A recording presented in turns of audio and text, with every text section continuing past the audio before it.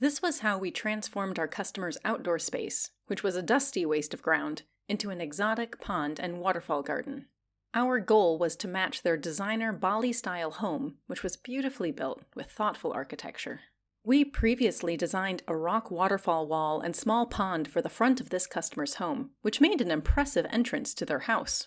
Now, they wanted to elevate the back garden to match the front. The most important thing was to make sure that everything looked natural and not fake or contrived in any way. Here's what it looked like before. Dusty ground, old, uneven walkway pavers, patchy and uneven grass. The heavy shade meant that very little could survive comfortably on the ground, leading to masses of bare dirt. Who wants to hang out in a garden like this? So, based on the success of the previous project, we decided with the customers to build another rock wall pond and waterfall, but this time, bigger.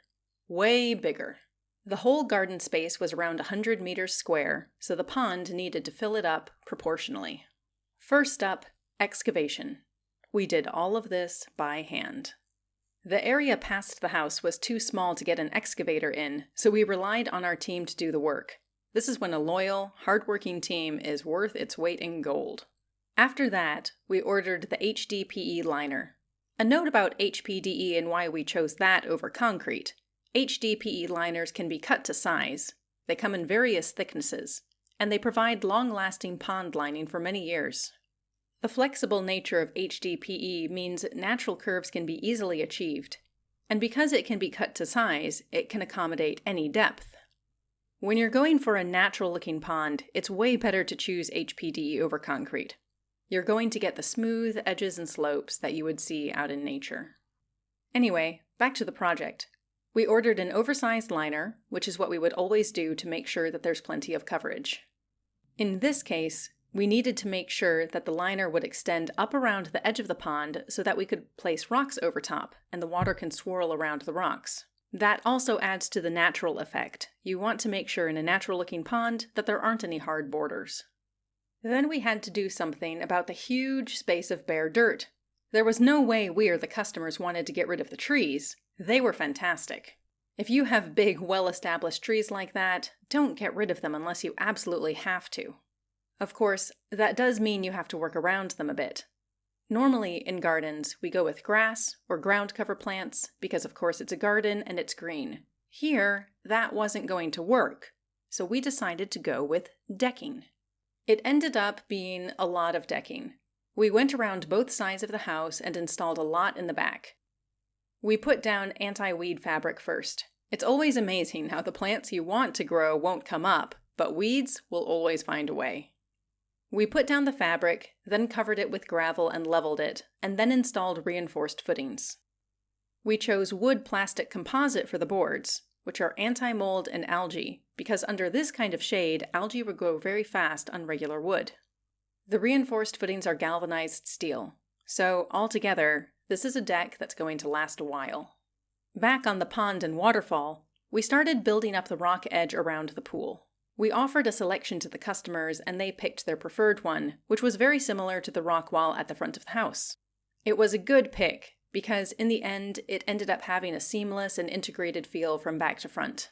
We built the edge of the pond right up to the decking, so that when everything's done, you can dangle your feet over the deck right into the pond. We also put a really nice beveled edge on the decking too, so that it won't bite into your knees when you're sitting down. Now here's something we always think about when we're building ponds like this, and if you've watched our other videos, you've heard this before. But it bears repeating because so many people build ponds and don't think about how they're going to clean and filter them. They build a pond and it's so lovely and clear, and then a couple months later, it's a swamp. You don't want that. So building all of these filter elements into the pond's design before you even fill it with water is very important.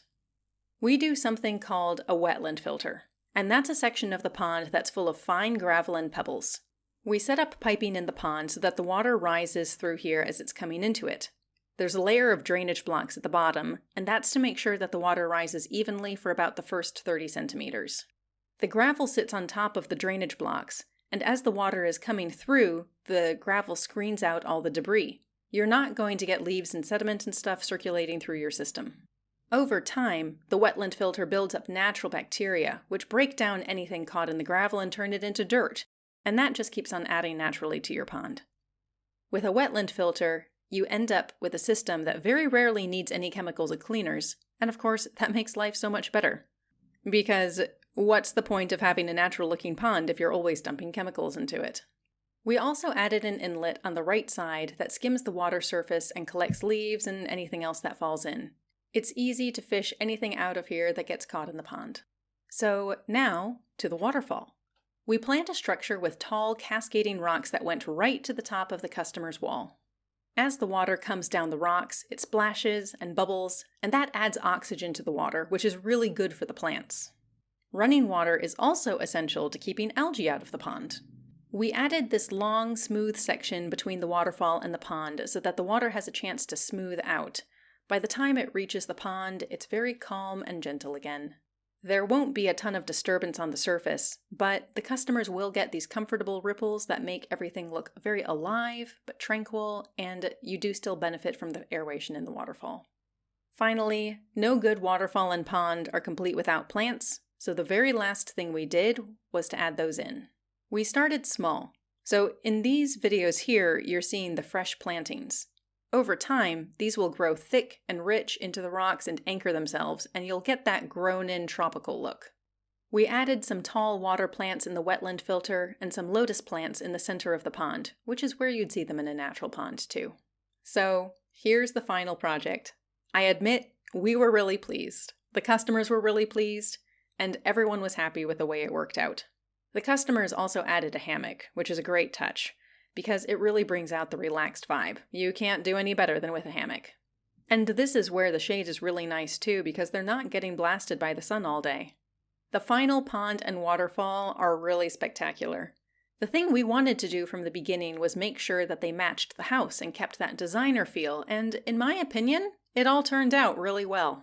The part that really makes it work is how the decking hangs right over into the water. The customers loved that idea, and it made the space really have that luxurious feel. There aren't any more patches of bare dirt or weeds. The plants are all placed where they're really going to thrive, in full or partial sun, and that's great. Where the shade is too complete, that's where the decking really comes in perfect. It means that the customers can stay outside a lot longer and enjoy a really wide area of their garden. To anyone else thinking about something like this, I'd say look carefully at where your sun is, where your shade is, and build around that. Not only will it mean more successful plant growth, but if you're going for a natural feel, you're really going to sense it, because it's how nature would orient itself naturally if you weren't arranging it. So, let us know. Would you like to see more videos like this where we design water features? Or do you want to know how we decide to come up with our pond designs based on how the customer wants the garden to feel? If so, let us know in the comments. And of course, support us by liking and subscribing. Thanks for watching.